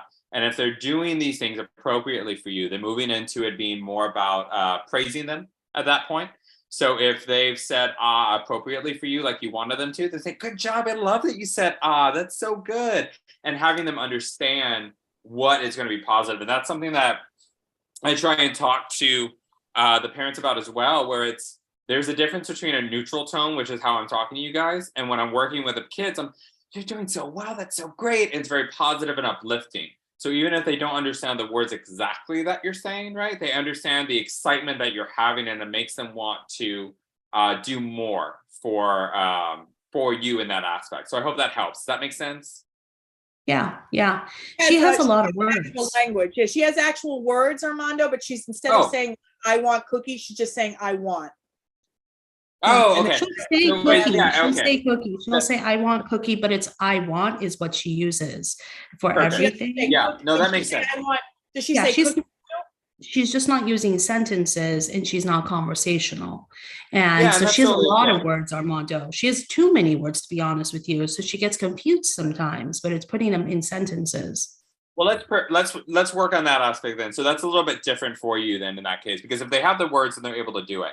So if she's only saying I want, the reason why is likely because that was reinforced at some point of, oh, you said Yes. I want, great, that's good enough for me. Here's the cookies that you Yes, want. that's right? exactly right. Yes. Yeah, and so in that aspect, then what you're going to do is said, you know, hey, what do you want? And then she'll say, I want to you. And then she's not going to say cookie, but you're going to have to tell her, say cookie, and then have her say the cookie part, right? And then slowly you're going to start trying to fade yourself out, where you're going to say, I want cook, and then I want cook, and then have her finish that sentence and have her say, I want cookie. And as soon as she says that, that's how she gets that. However, if she does not tell you, I want cookie, then she is no longer going to get that cookie. And so what happens now is that you're depriving her of this kind of sensation that she wants, which is the cookie, right? And now she's like, man, I really want that cookie. I'm going to do more for that cookie because she's not budging. And now she's going to more likely say the word cookie for you because she's had she understands exactly the expectation you're putting on for her to be able to speak to you, but also B, she's now been deprived of this sensation, and now she's going to want it more than what she did previously. Is that more helpful? Yeah, no, definitely. So the I want and the stuff that she does want, she does say, it's just that it's the I want that's consistently always used. Yes. She has so many words, it's using other words and getting her more, you know, her language spread out a little bit more so that when she is speaking, we're getting more words out of her because she does more single or 2-word sentences rather than actually conversating. Yeah, the best thing that you can do in these situations is going to contrive situations that make her use her words more. So for instance, I'm going to give like blocks, right? So let's say she likes blocks. I don't know if she does, but if she does and she's playing with these blocks, you're going to take away all these blocks. And then you're going to say, hey, you can tell me what you want. And then she can say, I want blocks. And then you give it back to her. 5 minutes later, you take away the blocks again. And you can say, hey, it's my turn now. And then you can vary the language, right? So she can say, I want blocks. Okay. Yeah, okay. she can say, I want blocks, but then you can also change it up and you say, hey, you can say, I want my turn. And then having her change out the words and then still praising her based on what you're wanting her to say. If you want her to say other sentences, right, like a conversation, she may not necessarily be at that point. It's going to depend on how far she's at with the language capabilities. Without knowing truly your story, I can't really answer that, right? But the next step, if you're wondering, if you're having her at a point where she can say 3-word sentences, the next is going to be varying it out. So let's say she's on a swing.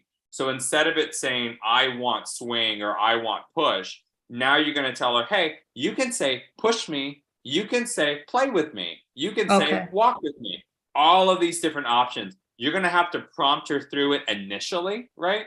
But then you're going to fade yourself out. So that way she starts having to do this independently. And if she's not doing it independently and she fails that aspect, right? That just means you need to give her more prompting because she's not, she just doesn't understand the expectation. Now, on the other side of things, right? There may be what's called prompt dependency. And what that basically means is that she's just going to wait you out and wait for you to give her the answer. You're not really going to know that until you truly see it. You're not going to see the prompt dependency until maybe about a week of you doing things, right? But once you start seeing it, that's when we need to go into a little bit more professional assistance. And that's where Michelle's class comes in, where we can help you further. It just depends on the timing of everything going on. Yeah, she's waiting for the prompts at times. I've noticed that as well too, because she'll say the single word and then I'll look at her and say, try again. And then she'll say, I want, you know, popcorn. And then I'll then give it to her. And then the I want is consistently used all the time. But the prompting, you know, and she looks directly at me knowing that she can use more words, but she'll use the more single or double words to get what she wants.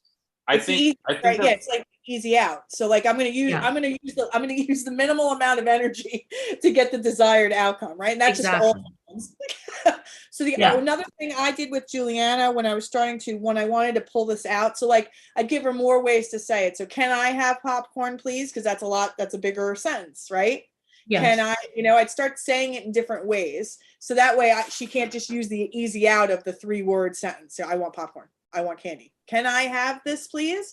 May I have this? Like I can move it around. Another thing I did with her was your baby's a little, but we started pretty early. There's this game called Guess Who? And she needed a lot of help with it, but it was great because she had to ask questions about guessing my person. So I would say, does your person have blonde hair? And then she'd have to say something. She usually said back what I said at first, right? Yes, yes, that's where we are. Exactly. So what's fun is the payout is you want to win, right? The reinforcer here, she wants to win this game. Once she realizes the concept of it, I love turn taking for this because turn taking requires, okay, it's my turn. Okay, it's your turn. You see how I'm like in her natural environment, just bringing more ability to create sentences and things that she would be normally playing with. Okay, thank you. Is that helpful? Yes, very much. Thank you. All right, great. Well, stick around. Let me know if you have any other questions. You got it. Okay. All right, we're going to take one more. Hold on one second here. We're going to take Alina, Ava, and Tamara. Everybody that's still here. We're going to take one more question. Then we're going to do Wheel of Names for a private with Armando. Doing a little dance for private with Armando. We're going to take Lena. Everybody who stays, you're going to be in the raffle for the prize. Armando's still going to answer written questions. Listen, we go deep with this. I call this like stage coaching. Like we're on fire. Okay, what's your problem? All right, this is what I do. Okay, great. In this program, the progress is so buildable. And that mom I gave you the example of, I was just so proud of her because she was just so like she's getting it now. She's starting to believe in herself again. Last week, like, listen, Michelle, she's not really being conversational. She's just repeating everything she says, and she won't use functional language to get her wants and needs met. And I said to her, you have to withhold it until she says it. You can give her the answer, but you can't give it to her until she says it, right? We always start with there's a prompting hierarchy to how you do this. We always give them the most support in the beginning, and then we start fading that out so you don't get prompt dependent. And she withheld the milk until she said it. And a couple of times she walked away. I'm like, all right, guess you didn't want the milk along, you didn't want it enough. Then they're going to come back. Eventually, nature is going to be calling for hungers or thirsts. And if they're compelled enough, you'll learn this with emerging talkers. If they're compelled enough, they will say it, or they'll say something, especially with children who can repeat anything they hear. It's just got to be worth the ask for them. So if I'm trying to give her a cracker and she's really not feeling a cracker, that's not worth it for her. But if she's hungry and I have crackers, then you might get a different child that would be more willing to partake in verbal language. And this is how you have to get it. There's no reason, listen, we're moms, right? So there's no reason for us to not want to we know what they need even before they need it themselves. But by keeping to operate that way, it's actually holding communication back. We have to almost like hold ourselves back and make them request. And I did that with breakfast. I did that. I mean, obviously I can't do that when she's going to school, but I do it on the weekends. I don't give her breakfast until she asks for it. Not that she wouldn't, but I do it because she's just such a bad eater. I'm not going to feed her until she's hungry because I want her to eat the whole thing. Okay. All right, Lena, we're going to take you and then we're going to do Wheel of Names and then we're going to wrap for the night. I hope I'm saying your right name. Lenina maybe? Really quick for Desiree, how do you feed a picky eater foods that are healthy for them? So what I usually did was I'd start with similar foods. So for example, with Juliana, we actually have something in the program called the picky eater protocol. And what I do is it's a bite for bite. So if I wanted to teach her to eat broccoli, I start with like a pea-sized amount. And then I always make sure when you're doing a picky eating session that they're hungry. That's super important. Oh, Lena just said she didn't want to be panelist. All right, put your question in there if you don't want to be panelist, Lenina. And Ava, we're going to take you. Okay, so basically what I do is I start with a pea-sized amount of the vegetable, and then I have like an Oreo. And if she's willing to take the pea-sized amount, then she gets the Oreo. I could do mini Oreos, whatever the case may be. If she's not even willing to, like, if some kids are just like, they see the broccoli, they flip out. We got to get them neutral before, we call this like food phobia. We got to get them neutral to just the presence of the food in their environment before we can start actually doing the taste session. So once you can get them neutral, then I'll say, okay, what color is it? I'll have her engage a little bit with it. I'll have her touch it. I'll have her smell it. I'll have her put it to her lip, but not put it in her mouth. And every time she do this, I give her like a piece of popcorn or chip or a piece of cookie. And then after that, it becomes bite for bite. And then it spends, I'm just doing this in a 5-second explanation, but that's how you teach them how to try new foods.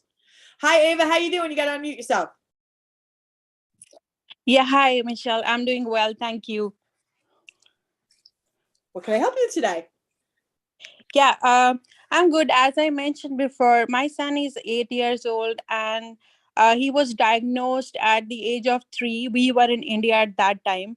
And I mean, he had a lot of changes in his life, moving to India, back to US, again to India, back to US because of his dad's job. And the previous move from US to India when he was around 2.5 actually put us back.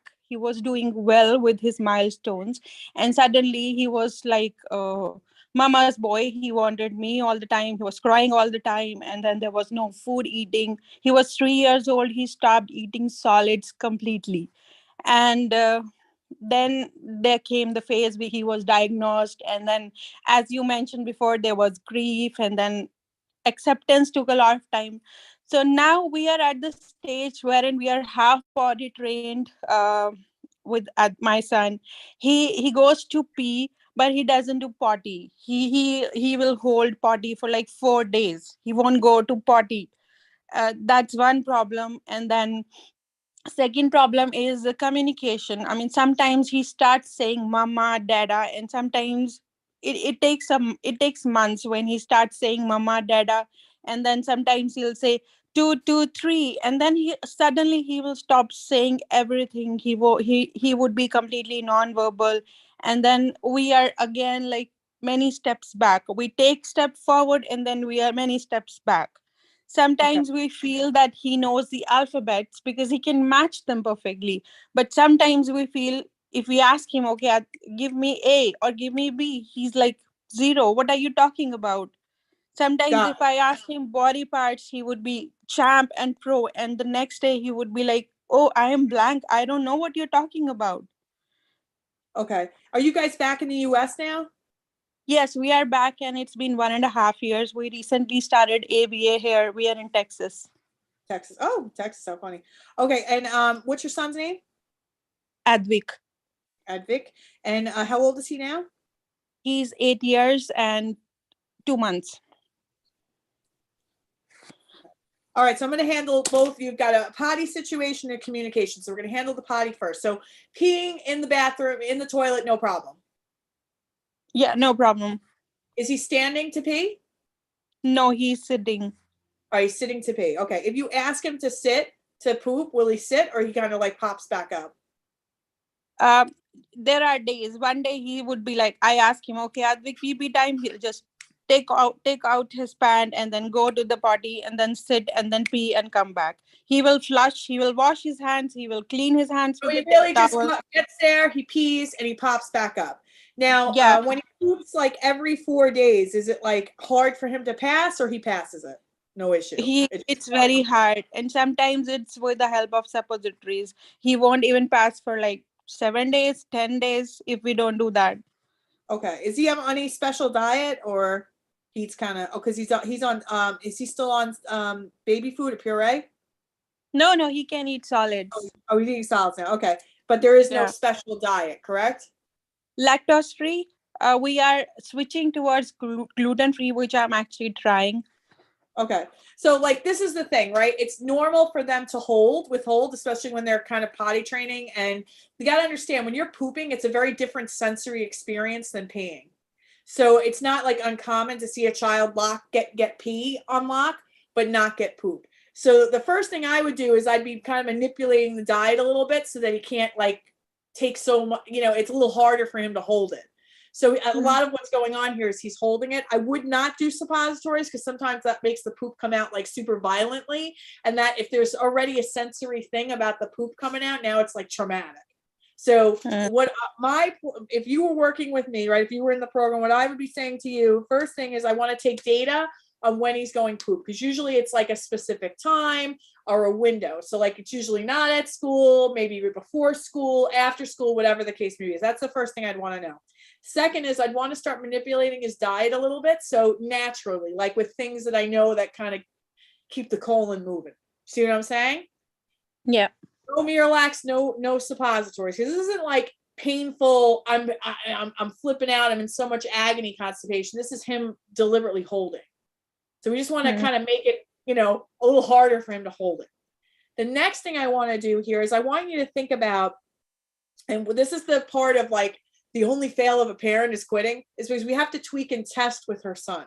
What I want to do is I want to make a reward so freaking fabulous that he's really going to think hard to try and poop in the toilet. So if you think of something like that, it's got to be like a 10, something he'd do anything for. What would it be? That's what I'm not able to figure out. Sometimes I feel he doesn't understand me. Well, no, I'm asking about things that he loves. Like every day he interacts with stuff. What's something that he absolutely loves to have access to, whether it be a food or a tangible?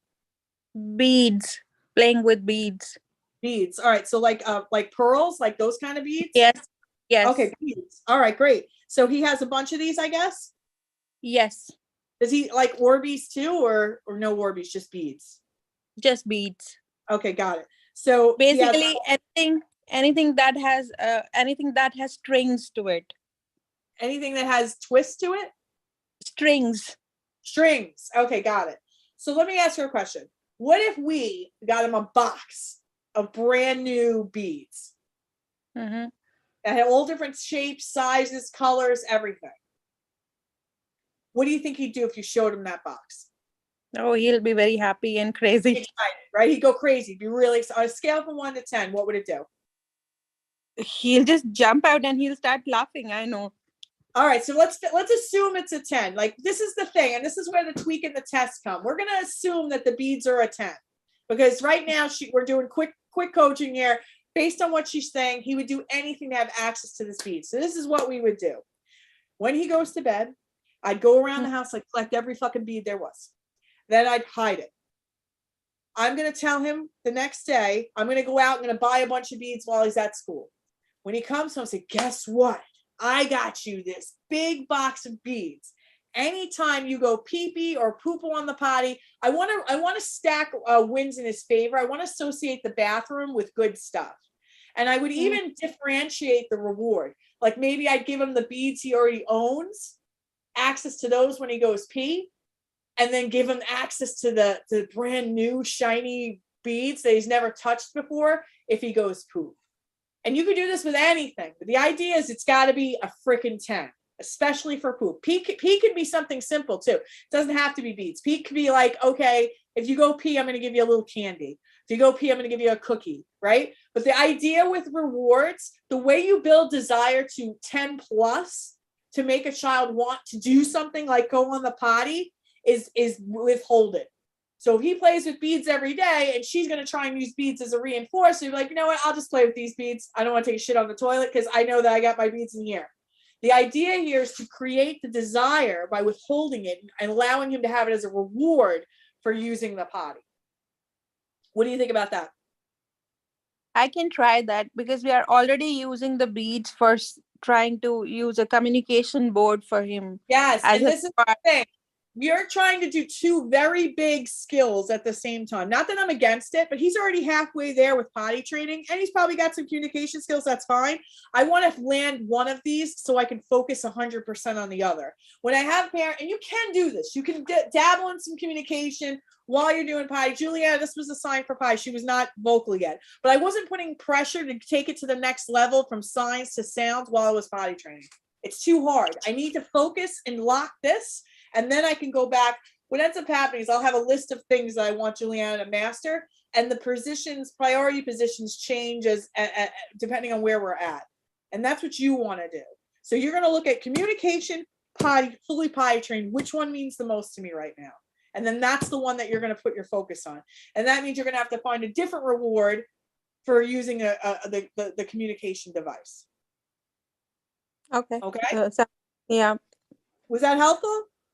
Yeah, thank you so much. I was just into the thinking mode.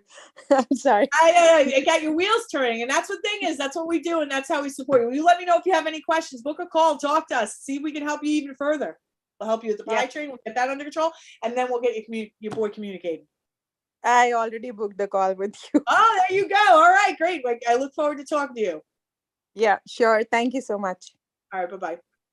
All right, everybody, let's do some wheel of names, Jen. Let's get Armando. Thank you so much, everybody, for coming tonight. Everyone that's here, we have 43 people here. Everyone that's here is going to be in the raffle. Oh, look at that. She's got the names already ready to go. So whoever's name gets picked, we're going to send you an email. Jen will send you an email, and we'll get you on the schedule with Armando. Thank you for coming tonight. Listen, if you liked what you heard tonight, and you're nervous, but you don't know, book the call. There's no obligation. It's a complimentary consult call. I want to hear. We're going to actually kind of talk to you, just like I talked to some of the moms that were brave enough to come forward tonight. Where are you at? Where do you want to be?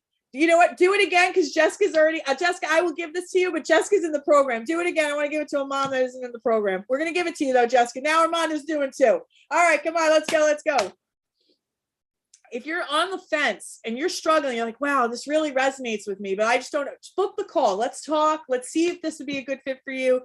Jen's going to put the, there we go. Iberlissy, welcome. Congratulations, you won. Book a call. We're going to put the chat link in the chat one last time. If you book the call and you do end up joining our program, we are going to gift you with the bonuses, which is 2 private sessions with Armando and then 1 private session with me. We'd absolutely love to have you. Can you just, yes, Ira Lessie, make sure you reach out to Michelle, info@michellebrodgers.com. Congratulations, Jessica. We'll get you that private with Armando as well. And again, the link is in there. Thank you for being with us tonight. It was so awesome to share our stories with you. Thank you for coming, Armando. We loved having you. Love hearing your story.